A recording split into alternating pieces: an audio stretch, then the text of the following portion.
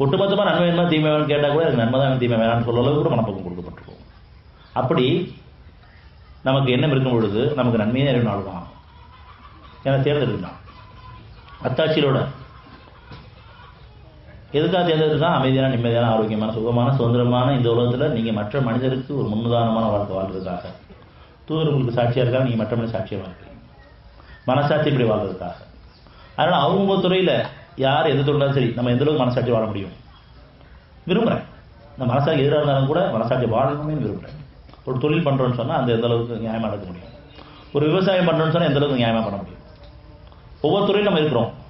ஒரு வியாபாரம், ஒரு விவசாயம், அது ஒரு மருத்துவத்துறை, எந்த துறையாக இருந்தாலும் மருத்துவத்துறையிலேருந்து நமக்கு தேர்ந்தெடுக்கப்பட்டு நியாயமான வாழ்க்கைக்கான வழிகள் காட்டப்பட்டிருக்கு. நம்ம எல்லாருமே நியாயமான வாழ்க்கை, முன்னுதாரணமான வாழ்க்கை,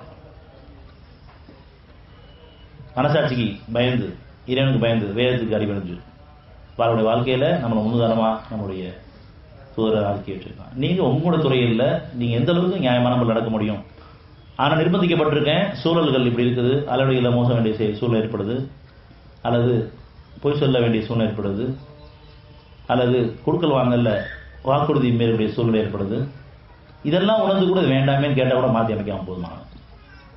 எல்லாத்தையும் இருக்குது. ஆனால் தப்பு பண்ணுறது தப்புன்னு ஒத்துக்கிட்டா போதும். ஒவ்வொரு துறையிலையும் விளைச்சல விவசாயம் எடுத்துக்கின்னு சொன்னால் இதை பொடிக்க வேண்டியிருக்கு, அதை அடிக்க வேண்டியிருக்கு, பூச்சி மருந்து அடிக்க வேண்டியிருக்கு, உரம் போட வேண்டியிருக்கு. இதெல்லாம் பண்ணிட்டு இருந்தாலும் கூட ஒரு தெளிவுக்கு வாங்க, இது தப்பாக இருக்குது வேண்டாமேன்னு கேட்டால் போதும். இது மாற்றி அமைச்சு கொடுன்னு கேட்டால் அவன் சொல்ல மாற்றி அமைப்பான், நமக்கு நம்பிக்கையும் கொடுப்பான். நம்மளை சமுதாயத்துக்கு ஒரு அத்தாட்சி ஆக்கி வைப்பான், அவங்க துறையில் அவங்கள அத்தாட்சி ஆக்கி வைப்பான்.